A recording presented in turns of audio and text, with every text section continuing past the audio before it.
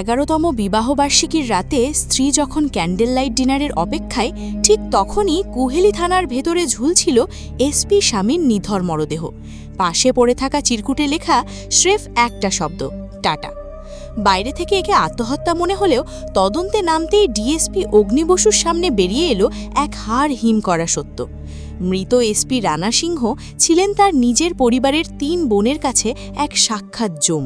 আর আশ্চর্যের বিষয়, এই ৩ বোনের প্রত্যেকেই কোনো না কোনো সময় তাকে খুন করার চেষ্টা করেছিল। কিন্তু কাহিনীর আসল টুইস্ট লুকিয়ে আছে একদম শেষে, যখন জানা যায় খোদ তদন্তকারী অফিসারের নিজের হাত হয়তো রাঙানো রয়েছে এসপির রক্তে। কেন নিজের পরিবারই তাকে পশুর মতো ঘৃণা করত? আর শেষ পর্যন্ত এই খুনের আসল মাস্টারমাইন্ড কে? জানতে ভিডিওটি শেষ পর্যন্ত দেখতে থাকুন।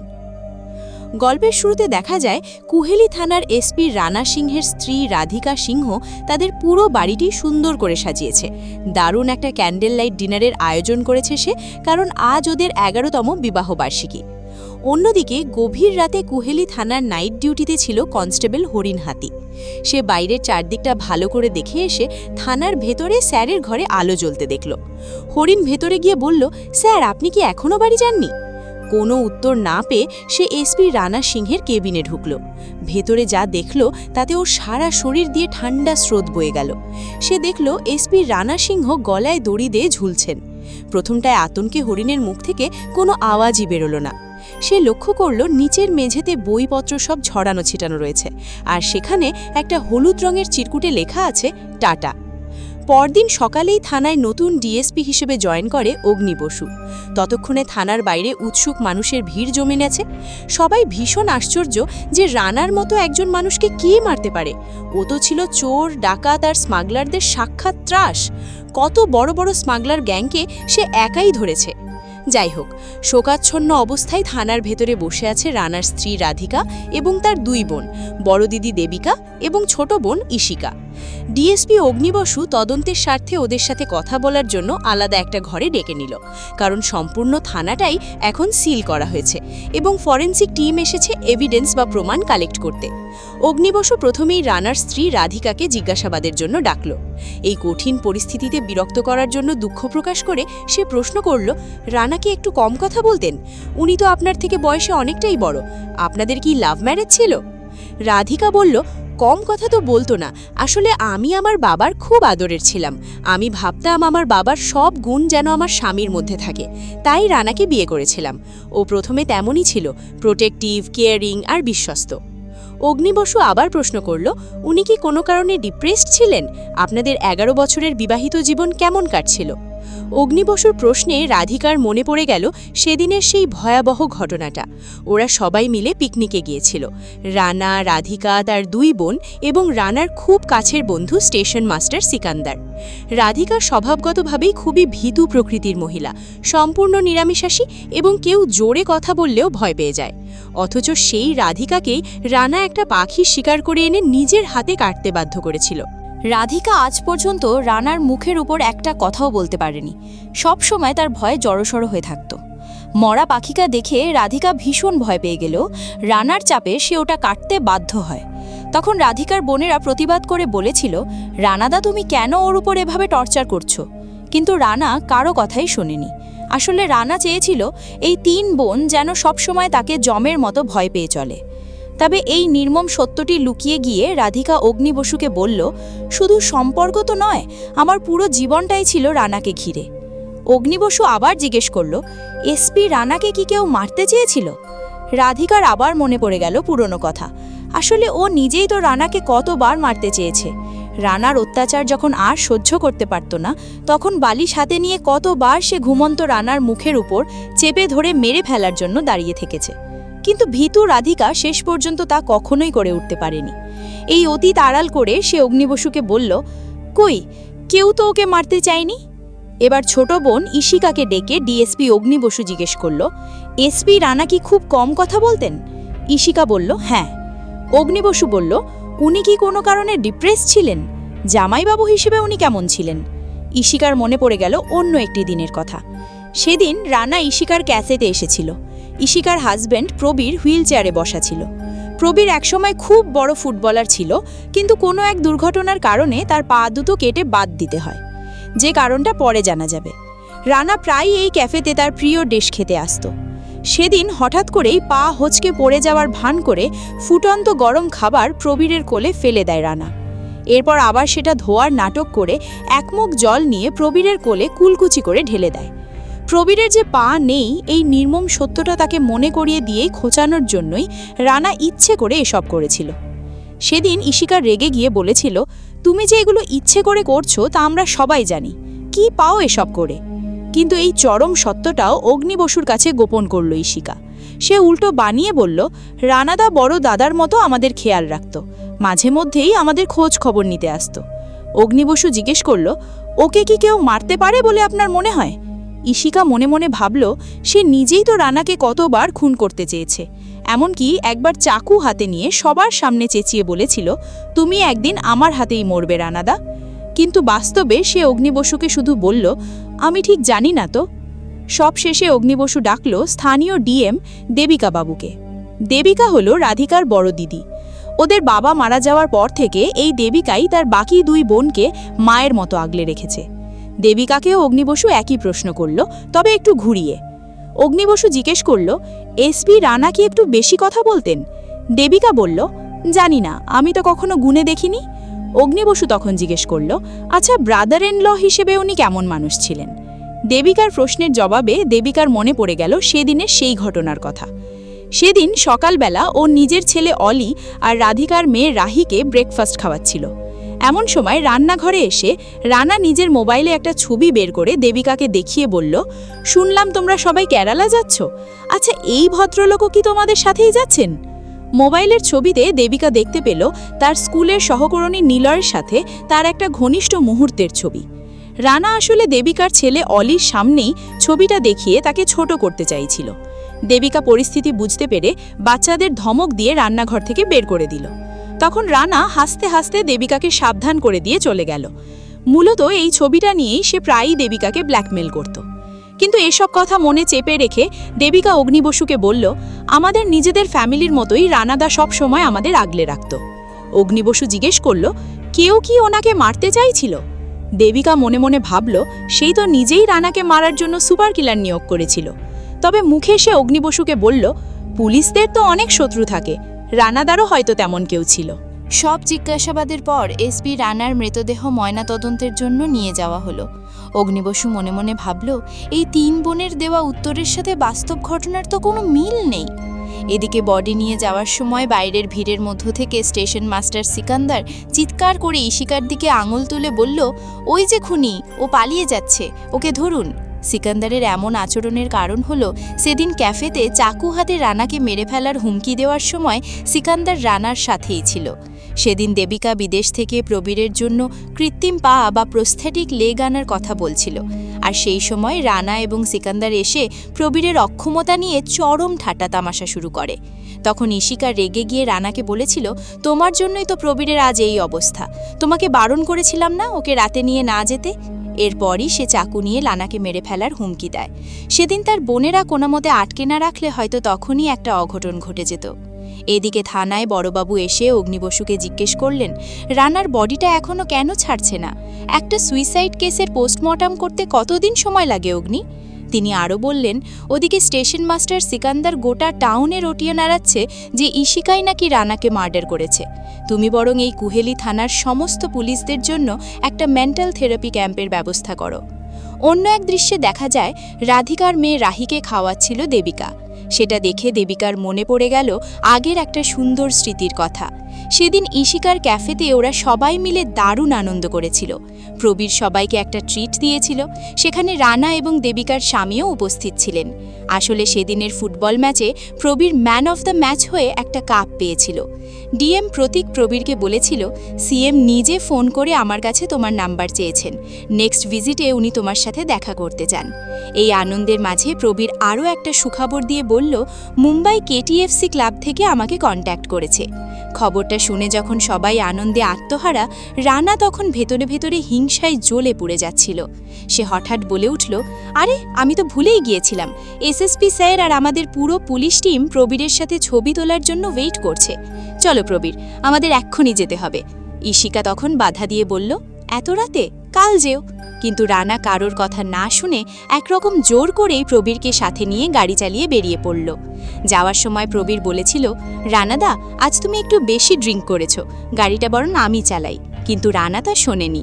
এর কিছুক্ষণ পরই ঈশিকার কাছে ফোন আসে যে রানার গাড়ি ভয়াবহ অ্যাক্সিডেন্ট করেছে। প্রবীর মারাত্মক চোট পেয়েছে এবং তার পা দুটো কেটে বাদ দিতে হয়েছে। ডাক্তাররা তাকে ইমিডিয়েটলি হসপিটালে আসতে বলেছেন। অতীতে ঘটে যাওয়া এই মর্মান্তিক দুর্ঘটনার কথা ভেবে আজ রাধিকা ভীষণ কষ্ট পেল। বর্তমানে রাস্তায় সিকান্দার অনবরত ঈশিকাকে ফলো করে যাচ্ছিল। ভয় পেয়ে ঈশিকা তাড়াহুড়ো করে বাড়ি ফিরে আসে। সে রাধিকাকে বলে, ওই সাইকো সিকান্দার আমাকে সমানে ফলো করছে। সবাই জানে রানা সুইসাইড করেছে, কিন্তু ও আমাকে খুনি বানিয়েই ছাড়বে। তখন রাধিকার বাড়ির কাজের মেয়েটি বড় অদ্ভুত দৃষ্টিতে ঈশিকার দিকে তাকিয়ে রইল। রাধিকা ঘরের ছুকি ছুরিগুলো একটা রুমালে বেঁধে গুছিয়ে রাখতে লাগলো। বলল, এগুলো তো আর এখন কাজে লাগবে না, তাই রেখে দিই। ডিএসপি অগ্নিবসু যখন পুলিশ স্টেশন থেকে বেরোচ্ছিল, তখন দেখা গেল এক হুডি পরা অজ্ঞাত পরিচয় ব্যক্তি আড়াল থেকে তার উপর কড়া নজর রাখছে। পরদিন সকালে এসপি রানার জন্য একটি স্মরণ সভার আয়োজন করা হলো। সবাই রানার স্মৃতিচারণ করে শ্রদ্ধা জানাচ্ছিল। সেই সভায় সিকান্দার বলল, ১৯ তারিখে রানার সাথে আমার শেষ দেখা হয়েছিল। সেদিন ও মারাত্মক খুশি ছিল। যেহেতু সেদিন ওর অ্যানিভার্সারি ছিল, তাই বাড়িতে গিয়ে ভালো মন্দ খাবে এই নিয়ে আমাদের কথাও হয়েছিল। ঠিক তখনই অগ্নিবসু উঠে দাঁড়িয়ে বলল, সিকান্দার বাবু, আপনাকে আমরা পুলিশ কাস্টাডিতে নিচ্ছি, কারণ রানা মারা যাওয়ার আগে আপনি ওর সাথে লাশ দেখা করেছিলেন। এসপি রানা ১৯শে ফেব্রুয়ারি সন্ধে ৭টা থেকে ৭:৩০টার মধ্যে খুন হয়েছেন। অগ্নিবসু রাধিকাকে ডেকে বলল, পোস্টমর্টেম রিপোর্ট চলে এসেছে। ডক্টররা কনফার্ম করেছেন যে এসপি রানাকে প্রথমে একটা মোটা দড়ি জাতীয় কিছু দিয়ে গলা টিপে মারা হয়েছে, আর তারপর ঠিক একই রকম একটা মোটা নাইলনের দড়ি দিয়ে ওর মৃতদেহ ঝুলিয়ে দেওয়া হয়েছে, যাতে পুরো বিষয়টাকে আত্মহত্যা বলে মনে হয়। আচ্ছা, ১৯ তারিখে সন্ধে ৭টা নাগাদ আপনারা কি করছিলেন? রাধিকা বলল, আমি একটা মরা পাখি কাটছিলাম। দেবিকা বলল, আমার সেদিন বাড়িতে পুলিশ ভেরিফিকেশন আফটার পার্টি ছিল, তাই আমরা ডিনারে প্ল্যান করছিলাম। যদিও ফ্ল্যাশব্যাকে দেখা যায় সেদিন রাতে দেবিকা হুডি পরে নিজের জিপের ডিকিতে রহস্যজনক কিছু একটা লুকাচ্ছিল। ঈশিকা অগ্নিকে বলল, আমি আমার ক্যাফেতে রান্না করছিলাম। অথচ আমরা দেখতে পাই সেদিন সন্ধে ৭টা থেকে ৭:৩০টার মধ্যে ঈশিকা মুখ ঢাকা দিয়ে থানায় গিয়েছিল। কথা শেষ করে ঈশিকা অগ্নিকে বলল, আমাকে এবার বেরোতে হবে, ক্যাফেতে কিছু কাজ আছে। অগ্নি বলল, আমিও তো ওদিকেই যাচ্ছি, চলো তোমাকে ড্রপ করে দিই। ঈশিকার অনিচ্ছা সত্ত্বেও সে অগ্নির গাড়িতে উঠতে বাধ্য হলো। যাওয়ার পথে অগ্নি বলল, এসপি রানা একটা বড় স্মাগলার গ্যাংকে ধরেছিল, হতে পারে ওরাই রিভেঞ্জ নিতে ওনাকে মেরেছে। ঈশিকা তখন মনে মনে ভাবল, সেদিন রানা যখন ওর ক্যাফেতে ফেভারিট ডিশ নিতে এসেছিল, তখন ঈশিকা ইচ্ছে করেই সেই খাবারে ইঁদুর মারার বিষ বা র্যাট কিলার মিশিয়ে দিয়েছিল। এদিকে থানায় লকআপে বসে সিকান্দার পুলিশকে বলল, সেই বিষাক্ত খাবার খেয়ে রানা টানা ৩ দিন হসপিটালে ভর্তি ছিল। সবাই জানে ওই খাবারে র্যাট কিলার ছিল এবং ব্লাড টেস্টের রিপোর্টেও তা প্রমাণিত। ওই ঈশিকাই রানাকে খুন করেছে। আসলে প্রবীরের কোলে একটু গরম স্যুপ পড়ে যাওয়ায় বলে ঈশিকা সেদিন সন্ধেবেলায় আমার কোয়ার্টারে চলে এসেছিল। রানা তখন আমার সাথেই ছিল। ওখানে এসে ঈশিকা রানাকে জুতো পেটা পর্যন্ত করেছিল। ঠিক তখনই থানার বড়বাবু এসে কেসের আপডেট জানতে চাইলেন। অগ্নিবসু বলল, এসপি রানার ধরা কোনো ক্রিমিনাল এই খুনটা করেনি স্যার। কোনো পেশাদার ক্রিমিনাল খুন করে সেটাকে সুইসাইড দেখানোর ফালতু চেষ্টা করবে না। মোস্ট প্রবাবলি এটা খুনির জীবনের প্রথম ক্রাইম। আর সুইসাইড নোটটাও ফেক, কেউ মারা যাওয়ার সময় টাটা লিখে যায় না। এসপি রানা খুনিকে চিনতেন, তাই তিনি এই অ্যাটাকটা এক্সপেক্ট করেননি। কোনো চেনা বন্ধু বা আত্মীয়ই এই মার্ডারটা করেছে। সিকান্দার আড়াল থেকে কান পেতে সব কথা শুনছিল। বড়বাবু চলে যাওয়ার পর অগ্নির কেবিনে ঢুকে সিকান্দার বলল, রানার ফ্যামিলি এই মার্ডারটা করেছে। অগ্নি বলল, ফ্যামিলি বলতে তো আপনি ঈশিকার কথা বলছেন। সিকান্দার এবার মাথা নেড়ে বলল, না, আমি মিসেস ডিএম মানে দেবিকার কথা বলছি। একদিন রাস্তায় দেবিকার গাড়ির ভেতরে দেবিকা আর রানার মধ্যে তুমুল ঝামেলা হয়েছিল। সেদিন রাস্তায় দেবিকা গাড়ি থেকে চলে যাওয়ার পর সিকান্দার যখন রানাকে তাদের ঝামেলার ব্যাপারে জিজ্ঞেস করেছিল, তখন রানা রাগ সামলাতে না পেরে দেবিকাকে সরাসরি ক্যারেক্টারলেস বা চরিত্রহীন বলেছিল। এদিকে বর্তমানে দেবিকার স্বামী ডিএম প্রতীকবাবু বলছিলেন, রানার তো হাজারটা শত্রু, পুলিশ কাকে ছেড়ে কাকে খুঁজবে বলো তো? ও কত কত ক্রিমিনালকে অ্যারেস্ট করেছে, তারা কি জেল থেকে বেরিয়ে চট করে চুপচাপ বসে থাকবে? প্রতীকের কথা শুনে দেবিকার মনে পড়ে গেল সেদিনের ডাইনিং টেবিলের একটি ঘটনা। সেদিন খাবারের টেবিলে সে প্রায় প্রতীকের কাছে ধরা পড়ে যাচ্ছিল। রানাদা সবার সামনে দেবিকার স্কুলের সহকর্মী নিলয়ের নাম তুলে তাকে ব্ল্যাকমেল করতে শুরু করে। এমনকি দেবিকার ফোনটা কেড়ে নিয়ে সে নিলয়কে ফোনও লাগিয়ে দেয়। প্রতীক তখন ওখানেই বসা ছিল। দেবিকা চরম অস্বস্তিতে পড়ে কোনো মতে ফোনটা কেড়ে নিয়ে কথাটি ঘুরিয়ে দেয়। এরপর প্রতীক দেবিকাকে জানালো, আমি 4 দিনের একটা অফিসিয়াল কাজে দিল্লি যাচ্ছি, কাজ শেষ হতে যদি দেরি হয় তাহলে ফোন করে জানিয়ে দেব। ঠিক তখনই আমরা দেখতে পাই সেই হুডি পরা রহস্যজনক লোকটা দেয়ালের আড়াল থেকে উকি মেরে ওদের সব কথাবার্তা মন দিয়ে শুনছে। এরপর ডিএসপি অগ্নি বসু আবার রাধিকার সাথে কথা বলতে গেল। অগ্নি বসু জিজ্ঞেস করল, আপনার বোনেদের সাথে এসপি রানার সম্পর্ক কেমন ছিল? রাধিকা বলল, খুব ভালো ছিল। অগ্নি বসু তখন বলল, কিন্তু সিকান্দার তো দাবি করছে ইশিকা নাকি এসপি রানাকে খুন করেছে। ইশিকা নাকি একবার রানার ওপর মারাত্মক অ্যাটাকও করেছিল, এমনকি সিকান্দারের সামনেই সে এসপি রানার গালে জুতো মেরেছিল। এগুলো শুনে কি খুব মধুর ভাই বোনের সম্পর্ক বলে মনে হচ্ছে আপনার? অগ্নির কথা শুনে রাধিকার মনে পড়ে গেল সেদিনের সেই রাতের কথা। সেদিন রাত্রে রানা ভীষণ রেগে বাড়ি ফিরেছিল। কি হয়েছে জিজ্ঞেস করতে যাওয়ায় উল্টো রাধিকাকে অমানসিক মারধর করেছিল সে। রাধিকা এখন বুঝতে পারল তাহলে ইশিকার সেই জুতো মারার কারণেই সেদিন রানা অতটা ক্ষিপ্ত হয়ে বাড়ি ফিরেছিল। তবে মনের কথা লুকিয়ে অগ্নিবসুর সামনে কথা ঘুরিয়ে রাধিকা বলল, সিকান্দারের মাথা ঠিক নেই অফিসার। কুহেলির সবাই জানে যেদিন থেকে ওর বউ ওকে ছেড়ে চলে গেছে সেদিন থেকে ওর মানসিক ভারসাম্য পুরোপুরি নষ্ট হয়ে গেছে। ও যাকে তাকে সন্দেহ করে এবং রাস্তাঘাটে মারধরও করে। পাশে থাকা কনস্টেবল হরিণ হাতি সায় দিয়ে বলল, ম্যাডাম একদম ঠিক কথা বলেছেন, রাস্তাঘাটে ওকে প্রায়ই লোকেদের সাথে মারামারি করতে দেখা যায়। অগ্নিবসু রাধিকাকে পরবর্তী প্রশ্ন করল, এসপি রানাকে 19 তারিখে আপনি শেষ কখন দেখেছিলেন? রাধিকার মনে পড়ে গেল সেদিন ডিউটিতে যাওয়ার সময় সে কত আনন্দ করে রানাকে একটা দামি ঘড়ি গিফট করেছিল। কিন্তু ঘড়িটা দেখেই রানার প্রথম প্রশ্ন ছিল, এত টাকা তুমি কোথায় পেলে? রাধিকা বলেছিল, সারা বছর ধরে অল্প অল্প করে জমিয়েছি। রানা তখন গম্ভীর হয়ে বলেছিল, শোনো, আমাকে না জানিয়ে সারা বছর ধরে এভাবে টাকা সরাবে না, কেমন? এরপর ঘড়িটা হাতে নিয়ে সে চলে যায়। অগ্নিবসু বলল, কিন্তু মৃত্যুর সময় তো ওনার হাতে কোনো ঘড়ি ছিল না। রাধিকা উত্তর দিল, সেই সকালে বেরোনোর পর রানা আর বাড়িতে ফেরেনি। এরপর সে নিজের মোবাইলে থাকা ঘড়িটার একটা ছবি অগ্নিবসুকে দেখালো। পরের দৃশ্যে আমরা দেখতে পাই দেবিকার গাড়ির ড্রয়ারে রানার সেই নিখোঁজ ঘড়িটা রাখা রয়েছে।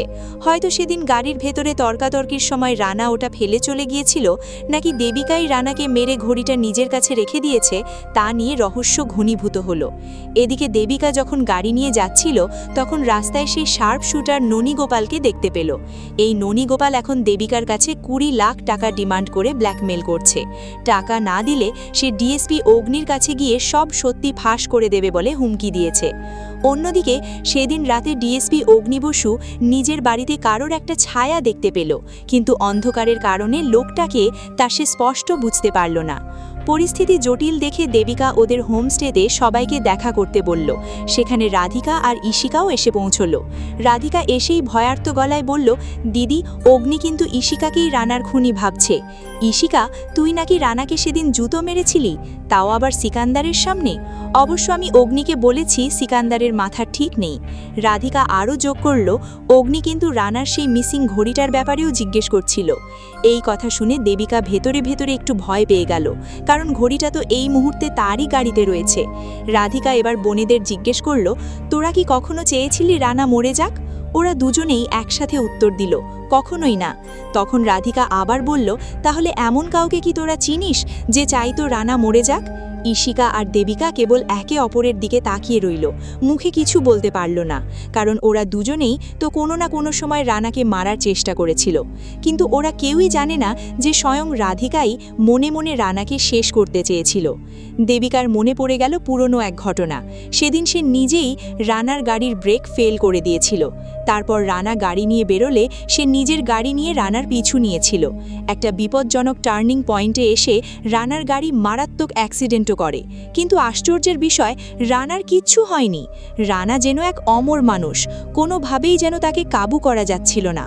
অন্যদিকে থানায় অগ্নি বসু কনস্টেবল হরিণকে বলল, এত বড় একটা গাড়ি অ্যাক্সিডেন্ট হলো যাতে প্রবীরের দুটো পাই কেটে বাদ দিতে হলো, অথচ এসপি রানার একটা অ্যান্টিসেপটিক লাগানোরও প্রয়োজন হলো না। ব্যাপারটা ভারী অদ্ভুত না? ইশিকার মোটিভ কিন্তু এখানে সবচেয়ে স্ট্রং। কনস্টেবল হরিণ বলল, কিন্তু স্যার, রানার মতো অত বড় একটা মৃতদেহ একার পক্ষে তুলে সিলিংয়ে ঝোলানো কোনো মহিলার পক্ষে সম্ভব নয়। হতে পারে ওর সাথে খুব স্ট্রং কেউ একজন ছিল। অগ্নিবসু তখন হরিণকে নির্দেশ দিল, রানা সিংহের যে গাড়িটা অ্যাক্সিডেন্ট হয়েছিল, যারা ওটা সারিয়েছিল সেই মেকানিকদের ডেকে পাঠাও। হরিণ সেই মেকানিককে থানায় নিয়ে এলে সেই পুলিশকে জানালো, প্রথমবার যখন রানা স্যারের গাড়িটা এসেছিল তখন ওটার ব্রেক জ্যাম হয়েছিল। অতিরিক্ত ঠান্ডা হাওয়ার কারণে মাঝে মধ্যে এমন ব্রেক জ্যাম হয়, কিন্তু দ্বিতীয়বার যখন গাড়িটা আসে তখন ব্রেকের সবকটা তার কেউ একজন কেটে কুচি কুচি করে দিয়েছিল। মেকানিক চলে যাওয়ার পর অগ্নিবসু হরিণকে বলল, এসপি রানার মার্ডার হলো 19শে ফেব্রুয়ারি, আর তার ঠিক 1 মাস আগে কেউ একজন তাকে গাড়ি অ্যাক্সিডেন্ট করিয়ে মেরে ফেলার চেষ্টা করেছিল। হরিণ, ফুড পয়জনিংয়ের জন্য রানার যে ব্লাড টেস্ট হয়েছিল সেই রিপোর্টের একটা কপি জলদি জোগাড় করো, আর আমি ইশিকার সাথে একবার কথা বলতে চাই, ওকে ডাকো। এদিকে দেবিকা সেই শার্প শুটার ননী গোপালকে দেওয়ার জন্য 15 লাখ টাকার একটা চেক পাঠিয়েছিল, কিন্তু ব্যাংক কর্তৃপক্ষ জানান ডিএম প্রতীকবাবুর সাইন ছাড়া এই মোটা অঙ্কের চেক তারা অ্যাপ্রুভ করতে পারবে না। দেবিকা এখন মহা বিপদে পড়েছে, কারণ ওদিকে লোকটা তাকে সমানে ব্ল্যাকমেল করে যাচ্ছে। দেবিকার এই চিন্তিত ভাব দেখে ইশিকা জিজ্ঞেস করল, কিসের 15 লাখ টাকা রে দিদি? দেবিকা আসল সত্যটা এড়িয়ে গিয়ে বানিয়ে বলল, আরে না, অলির জন্য একটা ইনভেস্টমেন্ট প্ল্যান করছি, তারই টাকা। সেদিন ইশিকার আসল কথাটা এড়িয়ে যাওয়ার কারণ ছিল রাধিকা তখন ওদের সামনেই দাঁড়িয়েছিল। এরপর দেবিকা আর ইশিকা নির্জন এক ঝিলের ধারে গিয়ে দেখা করল।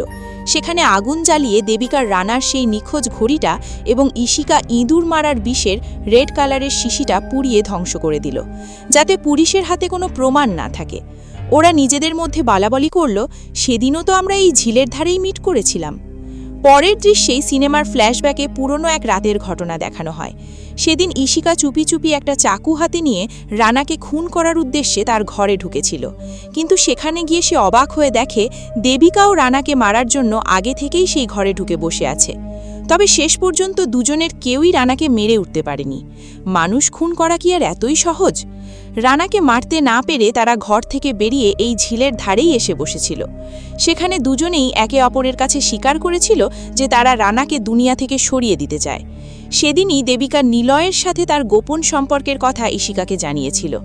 দেবিকা বলেছিল, নিলয় হলো সে যে স্কুলে পড়ায় সেখানকারই একজন টিচার। ছেলে অলি যখন হোস্টেলে চলে যায়, দেবিকা তখন একা হয়ে খুব ভেঙে পড়ে। সেই কঠিন সময় নিলয় তাকে মেন্টাল সাপোর্ট দেয় এবং তাদের মধ্যে একটা ভালোবাসার সম্পর্ক তৈরি হয়। কিন্তু রানা কোনোভাবে সেই খবর জেনে যায় এবং ওদের একটা ঘনিষ্ঠ ছবি জোগাড় করে দেবিকাকে প্রায়ই ব্ল্যাকমেল করতে শুরু করে।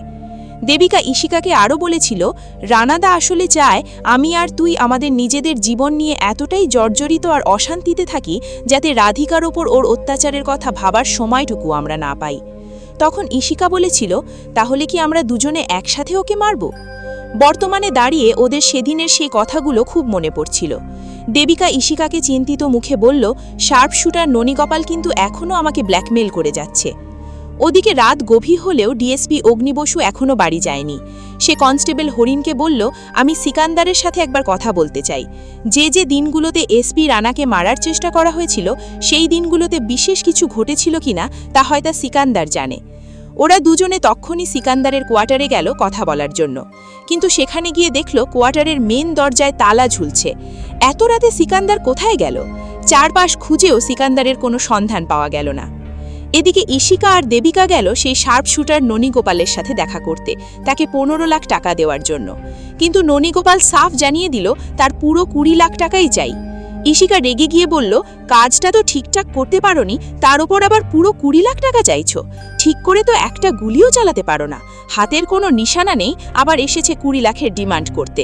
ননী গোপাল তখন নিজের সাফাই দিয়ে বলল, সেদিন ওই রানার সিকান্দার হঠাৎ করে নাচতে শুরু করেছিল, তাই আমার টার্গেট মিস হয়ে গিয়েছিল।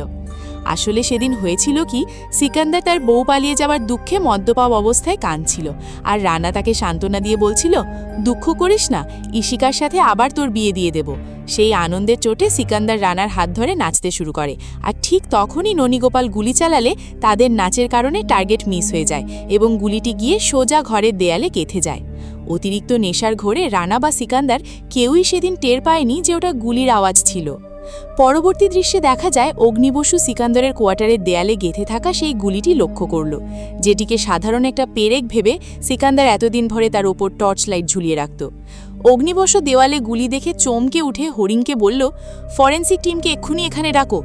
হরিণ অবাক হয়ে জিজ্ঞেস করল, কিন্তু স্যার, সিকান্দারকে মারতে কেউ গুলি করতে যাবে কেন? অগ্নিবসু বলল, রানা কি প্রায়ই এখানে আসতো? হরিণ বলল, হ্যাঁ স্যার, প্রায়ই আসতো। অগ্নিবসু তখন নিশ্চিত হয়ে বলল, তার মানে সিকান্দারকে নয়, রানাকে মারার জন্যই এই গুলিটা চালানো হয়েছিল। কুহেলিতে কার কার কাছে লং রেঞ্জ রাইফেল আছে, জলদি তার খোঁজ নাও। ফ্ল্যাশব্যাঙ্কের আরেকটি দৃশ্যে দেখা যায় রানা সিংহের পিঠে হঠাৎ প্রচণ্ড খিঁচ ধরেছে। সে তীব্র ব্যথায় চেঁচিয়ে রাধিকাকে একটা পেন বাম মানে ব্যথানাশক মলম নিয়ে আসতে বলল। ওদিকে রাধিকা তখন সুযোগ বুঝে রান্নাঘরের পেছনের সিঁড়িতে ইচ্ছে করে নারকেল তেল ছড়িয়ে দিচ্ছিল, যাতে সেখানে পা পিছলে পড়ে রানার কোনো বড় ক্ষতি বা মৃত্যু হয়। কাজটি শেষ করে রাধিকা আড়ালে গিয়ে লুকিয়ে পড়ল। যথারীতি নিচতলায় নামতে গিয়ে সিঁড়ির তেল পিছলি পা পিছলে ধপাস করে পড়ে গেল রানা। রাধিকা মনে মনে খুশি হয়ে তাড়াতাড়ি সেখানে ছুটে এলো, কিন্তু এসে দেখল রানা দিব্যি উঠে দাঁড়িয়ে আছে। রানা উল্টো হাসি মুখে বলল, আরে, পিঠের ব্যথাটা এতক্ষণ খুব জ্বালাচ্ছিল, কিন্তু সিঁড়ি থেকে পড়ে গিয়েই ওটা এক ঝটকায় একদম ঠিক হয়ে গেল। কিন্তু সিঁড়িতে এত তেল ঢেলে রেখেছো কেন? জলদি ওগুলো মুছে পরিষ্কার করো। বর্তমানে থানায় বসে অগ্নিবসু হরিণকে বলল, হরিণ, রানাকে মারার জন্য 22 LR bolt action rifle use করা হয়েছিল। কুহেলিতে এই রাইফেল কার কার নামে রেজিস্টার্ড আছে সেই লিস্ট জলদি আমার টেবিলে আনো। হরিণ দীর্ঘশ্বাস ফেলে বলল, একেই বলে ভাগ্যের পরিহাস স্যার। রানা স্যারকে লং রেঞ্জ রাইফেল দিয়ে শ্যুট করার চেষ্টা করা হয়েছিল, অথচ রানা স্যার নিজে লং রেঞ্জ রাইফেল শুটিংয়ে গোল্ড মেডেলিস্ট ছিলেন। এমনকি উনি মাঝে মধ্যে কলকাতায় যেতেন এই শুটিংয়ের ক্লাস নিতে। পরের দিন সকালে সিকান্দার নিজে থেকে অগ্নির সাথে দেখা করতে থানায় এলো। দেয়ালে ঝোলানো যে জিনিসটাকে সে এতদিন সাধারণ পেরেক ভেবেছিল ওটা আসলে একটা তাজা বুলেট, এই সত্য জানতে পেরে সিকান্দারের ভয়ে হাত পা কাঁপতে শুরু করলো। সে অগ্নিবসুর কাছে বারবার নিজের জন্য পুলিশ প্রোটেকশন চাইতে লাগলো, কিন্তু অগ্নিবসু তাকে থামিয়ে দিয়ে বলল, আরে মশাই, আপনাকে নয়, এসপি রানা স্যারকে মারার চেষ্টা করা হয়েছিল ওটা দিয়ে। এসপি রানা আপনার বাড়িতে শেষ কবে গিয়েছিলেন মনে করে বলুন তো? সিকান্দার ঠিকঠাক মনে করতে পারল না, আমতা আমতা করে বলল, হয়তো 15ই ফেব্রুয়ারি হতে পারে স্যার। পরের দৃশ্যে দেখা যায় রাধিকা রান্নাঘরে নিজের জন্য চা বসাচ্ছিল। ঠিক তখনই তার বাড়ির কাজের মেয়েটি এসে বলল, দিদি, আজ তোমার জন্য স্পেশাল কফি বানিয়ে এনেছি। এখন থেকে এই বাড়িতে কফি বানালে তোমাকে আর কেউ কিচ্ছু বলবে না, কোনো বকাও খেতে হবে না। এরপর ওরা দুজনে মিলে শান্তিতে কফি খেতে শুরু করলো। রানার মৃত্যুর পর বাড়ির পরিবেশ যে অনেকটাই হালকা হয়েছে তা এই দৃশ্যেই স্পষ্ট। ওদিকে থানার ভেতরে অগ্নিবসুকে বড়বাবু আবার ফোন করে কেসের প্রগ্রেস জানতে চাইলেন। অগ্নিবসু বলল, না স্যার, মার্ডার ওয়েপনটা এখনও উদ্ধার করা যায়নি, তবে তদন্তে খুব ইম্পর্ট্যান্ট একটা লিড পাওয়া গেছে। এদিকে রাধিকা বাড়ির পুরনো স্টোররুমে গিয়ে তার সেই সমস্ত চাকু, ছুরি আর মাংস কাটার কাটারি একটা বড় ট্রাঙ্কের ভেতর লুকিয়ে রাখছিল, যা দিয়ে রানা তাকে জোর করে পাখি কাটাতো। তার অনুগত কাজের মেয়েটিও তাকে এই কাজে সাহায্য করছিল। ঠিক তখনই ট্রাঙ্কের ভেতর গোছানোর সময় একটি ঝুড়ির মধ্যে হলুদ রঙের একটা মোটা নাইলনের দড়ি দেখতে পেল কাজের মেয়েটি। সে দড়িটা হাতে নিয়ে রাধিকাকে জিজ্ঞেস করল, দিদি, তুমি এই দড়িটা এখানে লুকিয়ে রেখেছ? উল্লেখ্য, এসপি রানার লাশের পাশে হলুদ চিরকুট পাওয়া গিয়েছিল এবং ময়নাতদন্তের রিপোর্টে নাইলনের দড়ির কথা বলা হয়েছিল। ঠিক সেই মুহূর্তেই দেবিকার মোবাইলে তার স্বামী ডিএম প্রতীক বাবুর ফোন এলো। প্রতীক ফোন করে দেবিকাকে গম্ভীর গলায় বলল, দেবিকা, তুমি এক্ষুনি কোনো কথা না বাড়িয়ে সোজা রাধিকার বাড়ির দিকে যাও। ডিএম প্রতীক দেবিকাকে ফোনে জানালেন যে এসএসপির সূত্র মতে রানাকে লং রেঞ্জ রাইফেল দিয়ে মারার চেষ্টা করা হয়েছিল এবং পুলিশ সেই বুলেটটি খুঁজে পেয়েছে। তাই রানা সিংহের পরিবার, বিশেষ করে রাধিকা ও তার মেয়ে রাহি, চরম বিপদে পড়তে পারে। দেবিকা কাল বিলম্ব না করে ইশিকাকে সাথে নিয়ে রাধিকার বাড়ির দিকে রওনা হলো। পথে সে শার্প শুটার ননীগোপালকে ফোন করে কুহেলি ছেড়ে পালিয়ে যেতে বলল, কিন্তু ননীগোপাল সাফ জানিয়ে দিল টাকা না নিয়ে সে পালাবে না। সে আরও এক বিস্ফোরক তথ্য দিল। সেদিন সে অন্য কোনো রাইফেল নয়, স্বয়ং রানা সিংহেরই রাইফেল চুরি করে তাকে শ্যুট করেছিল। এই কথা শুনে দেবিকা ও ইশিকা আঁতকে উঠল, কারণ রাইফেলটি রানার হলে পুলিশ রাধিকাকেই প্রধান সন্দেহভাজন ভাববে। এদিকে থানায় কনস্টেবল হরিণ এসে ডিএসপি অগ্নি বসুকে জানাল পুরো কুহেলিতে মাত্র 4 জনের কাছে .22 LR রাইফেল আছে, যার মধ্যে 3 জন অবসরপ্রাপ্ত আর্মি অফিসার এবং চতুর্থ জন স্বয়ং এসপি রানা সিংহ। অগ্নি বসু তখনই ফোর্স নিয়ে রানা সিংহের বাড়ির দিকে রওনা দিল। সেখানে গিয়ে অগ্নি বসু দেখল রাধিকা উঠোনে সেই হলুদ রঙের দড়িতে কাপড় মেলছে। দড়িটি দেখে অগ্নির সন্দেহ হওয়ায় সে জিজ্ঞেস করল, এই দড়ি আপনি কোথায় পেলেন? রাধিকার কাজের মেয়েটি পরিস্থিতি সামাল দিতে বলল, ওটা আমি এনেছি স্যার। এরপর অগ্নি বসু রানার রাইফেলের খোঁজ করলে রাধিকা সেটি এনে দিয়ে বলল, রানা এটা কখনো ডিউটিতে ব্যবহার করত না, এটা দিয়ে ও কেবল পাখি শিকার করত। অগ্নি বসু রাইফেলটি জব্দ করে থানায় ফেরার পথে হরিণকে বলল, আমি রাইফেলের ফরেনসিক রিপোর্ট এবং ইশিকার কল লোকেশন রিপোর্টের জন্য ওয়েট করছি, তুমি ফোর্স রেডি রাখো। সেদিন রাতে অগ্নি বসু নিজের বাড়িতে ঢুকে দেখল কে যেন তার পুরো বাড়ি তছনছ করে সব বইপত্র ছড়িয়ে ছিটিয়ে রেখেছে। সে কিছু বুঝে ওঠার আগেই পেছন থেকে এক মুখোশধারী ব্যক্তি এসে অগ্নির মাথায় সজোরে আঘাত করে অজ্ঞান করে দিল এবং একটি ফাইল নিয়ে চম্পট দিল। ওদিকে একই রাতে দেবিকা আর ইশিকা রাধিকার কাছে গিয়ে তাদের সমস্ত অপরাধের স্বীকার করল। তারা ভাবল রাধিকা হয়তো তাদের ভুল বুঝবে, কিন্তু রাধিকা তাদের অবাক করে দিয়ে বলল, তুচ্ছ কারণে তোরা ওকে মারতে চেয়েছিস, আর আমি ওর অমানুষিক অত্যাচার সহ্য না করে দিনের পর দিন বালিশ হাতে ওর ঘুমন্ত মুখের সামনে দাঁড়িয়ে থেকেছি ওকে শ্বাসরোধ করে মারার জন্য, কিন্তু ভীতু বলে আমি তা পারিনি। পরদিন সকালে কনস্টেবল হরিণের ডাকে অগ্নির জ্ঞান ফেরে। অগ্নি বসু সোজা সিকান্দারকে ধরে আনার নির্দেশ দিলেও পুলিশ গিয়ে সিকান্দারের কোয়ার্টারে তালা বন্ধ পায়। এরই মধ্যে অগ্নির হাতে 2টি গুরুত্বপূর্ণ রিপোর্ট আসে। 1, রানার রাইফেলটি সম্প্রতি ব্যবহার করা হয়েছে এবং তাতে গান পাউডারের অবশিষ্টাংশ মিলেছে। 2, খুনের দিন 19শে ফেব্রুয়ারি সন্ধে 7:30টা থেকে প্রায় 1 ঘণ্টা ইশিকার ফোনের লোকেশন এই পুলিশ স্টেশনেই ছিল। অগ্নি বসু যখন 2 বোনকে অ্যারেস্ট করতে যাবে ঠিক তখনই এক চা দোকানি এসে তথ্য দেয় যে ননী গোপাল নামের এক লোক ডিএমের স্ত্রী দেবিকাকে ব্ল্যাকমেল করছে। দোকানে ননী গোপালের একটি ছবিও অগ্নিকে দেখায়। অগ্নি বসু চিনতে পারে যে ওটা কলকাতার কুখ্যাত শার্প শুটার। পুলিশ দ্রুত বাজার এলাকায় অভিযান চালিয়ে ননী গোপালকে গ্রেপ্তার করে। জিজ্ঞাসাবাদে ননী গোপাল সব স্বীকার করে বলে, দেবিকা ম্যাম আমাকে রানাকে মারার সুপারি দিয়েছিল, কিন্তু নাচানাচির কারণে সেদিন টার্গেট মিস হয়। তাছাড়া দেবিকা ম্যাম স্কুলের এক টিচারের সাথে প্রেম করতেন। রানা সিংহ তা জেনে ফেলায় দেবিকা ম্যাম সেই লোকটাকে কুহেলি থেকে তাড়িয়ে দেন। বয়ান নেওয়ার পর অগ্নি বসু ননী গোপালকে ছেড়ে দেয়। অন্যদিকে অন্য এক দৃশ্যে দেখা যায় রাধিকা রানার ঘরের সেই চিরকুটের মতো ছোট ছোট লেখা কাগজগুলো আগুনে পুড়িয়ে ফেলছে। হলুদ দড়ি আর চিরকুটের এই রহস্যময় আচরণে প্রশ্ন জাগে, তবে কি খুনি স্বয়ং রাধিকাই? এরই মধ্যে কুহেলি থানায় এক নতুন পুলিশ অফিসারের আগমন ঘটে। অন্যদিকে হরিণ ও তার টিম দেবিকা ও ইশিকাকে গ্রেপ্তার করে থানায় নিয়ে আসে। এই খবর পেয়ে রাধিকাও থানায় ছুটে আসে। থানায় অগ্নি বসু ইশিকাকে জেরা করে বলে, আমার কাছে প্রমাণ আছে খুনের দিন আপনি 1 ঘন্টা থানায় ছিলেন। কি করছিলেন তখন? এসপি রানার বডিটা সিলিংয়ে ঝুড়েছিলেন?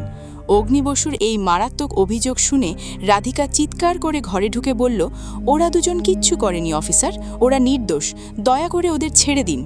রাধিকা যখন বোনেদের বাঁচাতে নিজে সব স্বীকার করতে যাচ্ছিল, ঠিক সেই মুহূর্তেই সেখানে থানার বড়বাবু এসে পৌঁছান। আর ঠিক এখানেই গল্পের কাহিনীতে আসে এক বিরাট এবং অভাবনীয় টুইস্ট, যা শুনলে আপনাদের চোখ কপালে উঠবে।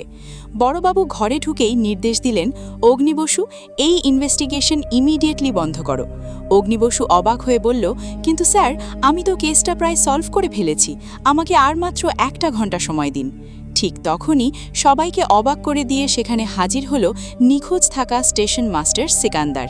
তাকে দেখেই অগ্নি বসু বড়বাবুকে বলল, স্যার, সেদিন রাতে আমার বাড়িতে মুখোশ পরে এই সিকান্দারই অ্যাটাক করেছিল, আমি ওকেই পালাতে দেখেছি, আর ওর পায়ের সেই লাল ফিতে লাগানো জুতোটা আমি চিনেছি।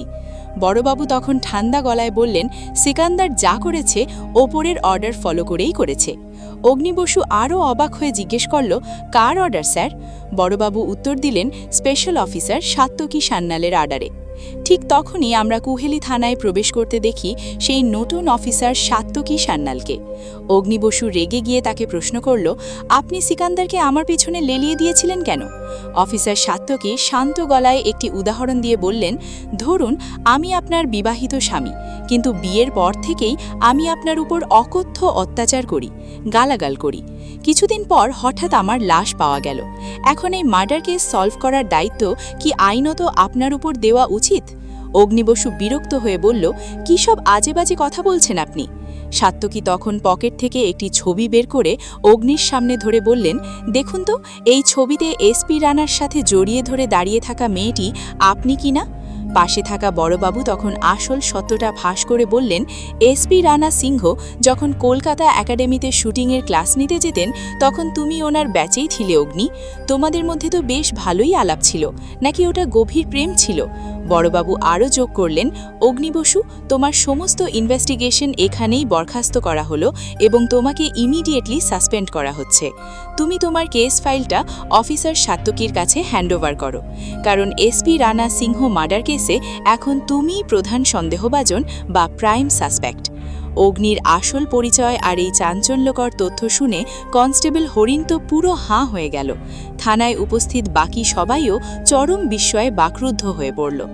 অফিসার সাত্তকী অগ্নিবসুর দিকে তাকিয়ে শেষ প্রশ্নটি ছুড়ে দিলেন, অগ্নিবসু, সরকারি রেকর্ড অনুযায়ী আপনি 20শে ফেব্রুয়ারি এই কেসের দায়িত্ব নিয়ে কুহেলিতে এসেছিলেন। তাহলে 19শে ফেব্রুয়ারি অর্থাৎ খুনের দিন সন্ধেবেলায় আপনি কুহেলিতে কী করছিলেন? ঠিক তখনই ফ্ল্যাশব্যাকে আমাদের নিয়ে যাওয়া হয় 19শে ফেব্রুয়ারির সেই কাল রাত্রিতে।